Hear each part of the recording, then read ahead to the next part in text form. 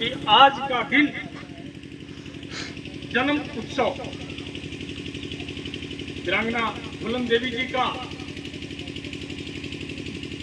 चरण वंदन करते हुए इस मंच पर विराजमान सभी मुख्य अतिथियों का स्वागत करता हूं। सामने बैठे हुए सभी महानुभाव बुजुर्गों और मेरे साथियों का अभिवादन करता हूं कि जिन्होंने इतना समय दिया। अभी मैं सबका नाम नहीं ले पाऊंगा क्योंकि समय बहुत कम है और हर चीज के बारे में फूलनदेवी जी के बारे में, उनके जीवन के बारे में राहुल जी ने विस्तृत जानकारी दे दी है। बाकी चीजों के बारे में हर आदमी ने, आप लोगों ने सुन लिया, तो दोबारा रिपीट करने से कोई ज़्यादा फायदा नहीं है। समय बहुत कीमती है। अगर जिस आदमी ने समय का सही सदुपयोग नहीं किया उसका कोई फायदा नहीं है। तो इसलिए मैं मेन मुद्दे पर आना चाहता हूँ कि जिंदगी में आदमी को करना क्या चाहिए। आज हम लोग बहन वीरांगना फूलन देवी का जन्मदिन मना रहे हैं। ये वर्षों से मनाया जा रहा है। जब से इनका जन्म हुआ तब से इनके परिवार में मनाया जा रहा, उसके बाद भी मनाया जा रहा है, आज भी मनाया जा रहा है। लेकिन मनाने के बाद उनकी सोच को हम छोड़ देते हैं। आज के दिन याद रखा, मंच लगाया, आए, इकट्ठा हुए, बाकी अपनी जगहों से खर्च करके जाए, इस प्रकार से हम लोग आए और उसके बाद फिर अगले साल का हम इंतजार करते हैं। मेन मतलब यह है कि अगर जिंदगी में सफलता आपको लेनी है तो रूटीन वर्क, लगातार जिस काम को जो आदमी करता रहेगा वही आदमी सफल हो पाएगा। नहीं तो आज का टेक्निकल जमाना है, औद्योगिक जमाना है, वो हमेशा पीछे छूट जाएगा। तो ज़्यादा मैं जीवन पर प्रकाश न डालते हुए उनके कार्यों का, जो उनके मिशन था, जिन्होंने छोड़ दिया कि भाई हमारे समाज के लोग पूर्ण करेंगे, तो उसी कार्य को देखते हुए एक महान नायक हमारे को दिखे, इंजीनियर शिवशान, और इनका मिलन मेरे को कैसे हुआ। आभा जी मेरे साधु जी लगते हैं, बड़े साधु हैं, तो इनसे बातचीत होती रहती थी। और मैं 30 साल आर्मी के अंदर सर्विस देने के बाद, देश सेवा देने के बाद रिटायरमेंट हुआ। कुछ घरेलू काम था लखनऊ में करके फिर मैंने सोचा कि आदमी की 3 जरूरतें होती हैं, रोटी, कपड़ा और मकान। मकान छोटा भी होता है, बड़ा भी होता है, रहने के लिए एक 6 फीट की चारपाई आदमी को काफी है। मेन कहने का मतलब है कि आदमी और जानवर भी खाता है, जानवर भी सोता है, जानवर भी बाकी क्रियाक्रम करता है, आदमी भी सोता खाता बाकी दिनचर्या करता है। अगर आदमी और जानवर में अंतर को करना है तो आपने जीवन में अलग से कुछ करना पड़ेगा। वो क्या करना पड़ेगा? आप अपने विकास करने के बाद, अपने समाज का विकास करने के बाद, आप प्रदेश और देश का विकास करने की आपको नीति बनानी पड़ेगी, सहभागिता देना पड़ेगा। केवल लेक्चर देने और बात करने का कोई फायदा नहीं। उस चीज को देखते हुए आभा जी के माध्यम से मेरे को बुलाया गया, लखनऊ में मीटिंग हुई थी। थोड़ा समय आपका ले लूँगा क्योंकि इसका थोड़ा जानकारी देना है कि मिशन क्या हम करते हैं। तो जानकारी हुई थी तो मिले, और केवल बात करते करते लखनऊ से मैं बरेली चला गया। बरेली बात करते, क्योंकि मेरे को लगा कि जब तक हम उनको गहराई से न जान लें तब तक हमको जुड़ने से कोई फायदा नहीं है। कभी भी कोई भी काम करना है तो आपने उसको क्यों डालना है कि मैं इस काम को कर रहा हूँ, क्यों कर रहा हूँ। जब तक आप उसमें क्यों नहीं जुड़ेंगे तब तक आप काम को बहुत पूर्ण रूप से नहीं कर पाएंगे। अज्ञानता, अर्ध ज्ञान सबसे खराब चीज होती है। हर चीज का एक लिमिट है। एक मजदूर है, मजदूरी करता रहेगा, अगर वो टेक्निकल दिमाग नहीं लगाएगा तो मजदूरी करते करते उसका जीवन और धीरे धीरे समय आएगा और मजदूरी भी नहीं कर पाएगा। इसलिए मेन फोकस मेरा जो है आपके बच्चों का लिखा गया है, शिक्षित बने, संगठित रहे और संघर्ष करें। आप अपने बच्चों को फिजिकल एक्टिवेट करें। फिजिकल एक्टिवेट करने का तरीका बताता हूँ।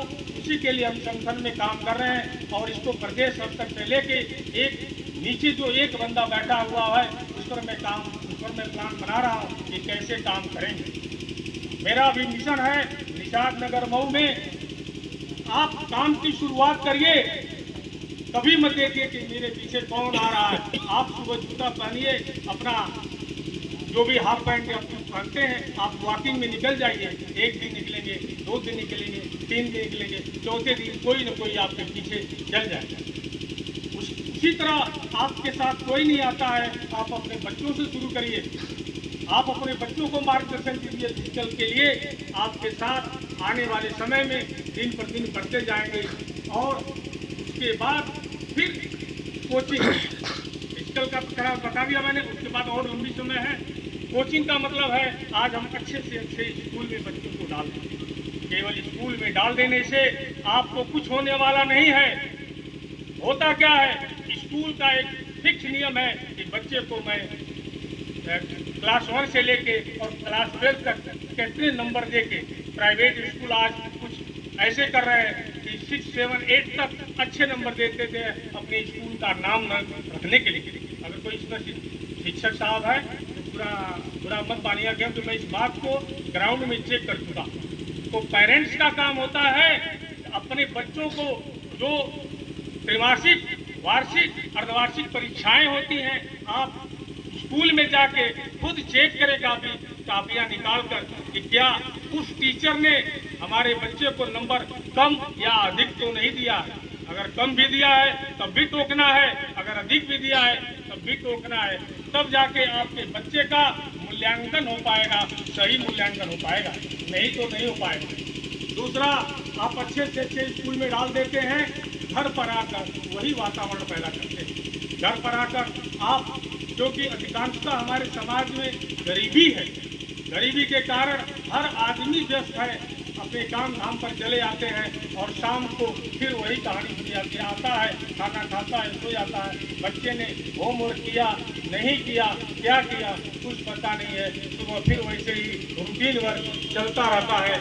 और जब बच्चा क्लास 6 से 7 से, आज मैं आप लोगों से पूछना चाहता हूं, आप अपने घर जाइएगा और पता करिएगा बच्चों से, 2-2, 4-4 बच्चों को बुलाकर या अपने बच्चे से पूछिएगा कि बेटा क्या बनना चाहते हो। अगर आपका 90% बच्चा बता दे कि मैं एक बनना चाहता हूं, नहीं बता पाएगा, क्योंकि ये मैंने गाँव में देखा है। 10% बच्चे ही अपने टारगेट को, अपने मिशन को, अपने गोल को, अपने लक्ष्य को बता पाते हैं कि मैंने जिंदगी में ये बनना है। जब तक, और वो टारगेट निर्धारित कौन करेगा? बच्चा मटके के, कच्चे मटके के समान है, जिसको जिस तरफ ढाला जाए उस तरफ ढल जाएगा। कुछ अनुवांशिक हो सकता है, कुछ कुदरत का है, वो मानता हूँ मैं। भगवान को मानना है, लेकिन भगवान को मानने के साथ साथ जो विशेष चीज़ है पेरेंटिंग, अगर उसको आप नहीं करेंगे तो आपको सफलता नहीं मिल पाएगी। जो आका प्रसाद ने इसकी जानकारी अपने बच्चों के बारे में दी, हमारे बच्चे के बारे में दी, या बहुत से ऐसे लोग होंगे जिनके बच्चे ऐसी जगहों पर होंगे, उनका नहीं नाम ले पाए। डॉक्टर साहब आपके बीच में मौजूद हैं। आज हमको मौका मिला है इस जगह पर बोलने का, तो वीडियो पठाओ।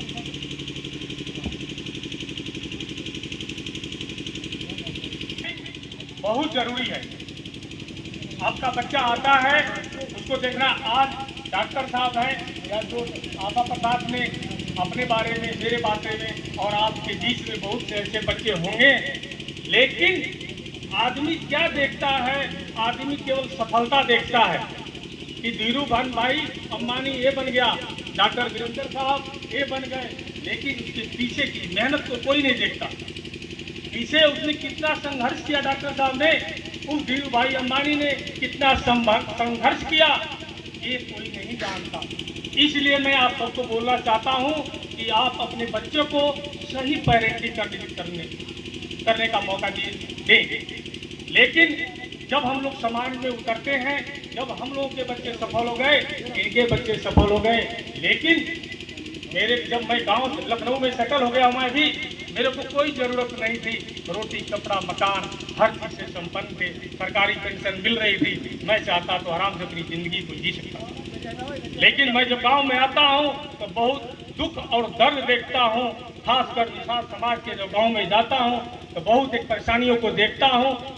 तो उस परेशानी को देखने के बाद मैंने एक जिम्मा उठाया एकलव्य वेलफेयर सोसाइटी के माध्यम से कि अगर जिंदगी में अपने समाज को आगे उठाना है तो कुछ एक कुर्बानियां देनी पड़ेगी, लेकिन कुर्बानी देगा कौन?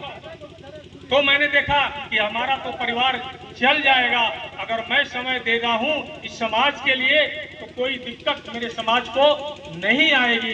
तो मैंने बेड़ा उठाया है कि महीने के अंदर कम से कम 25 दिन बोला था, लेकिन 20 दिन कम से कम केवल समाज के लिए समय दूंगा।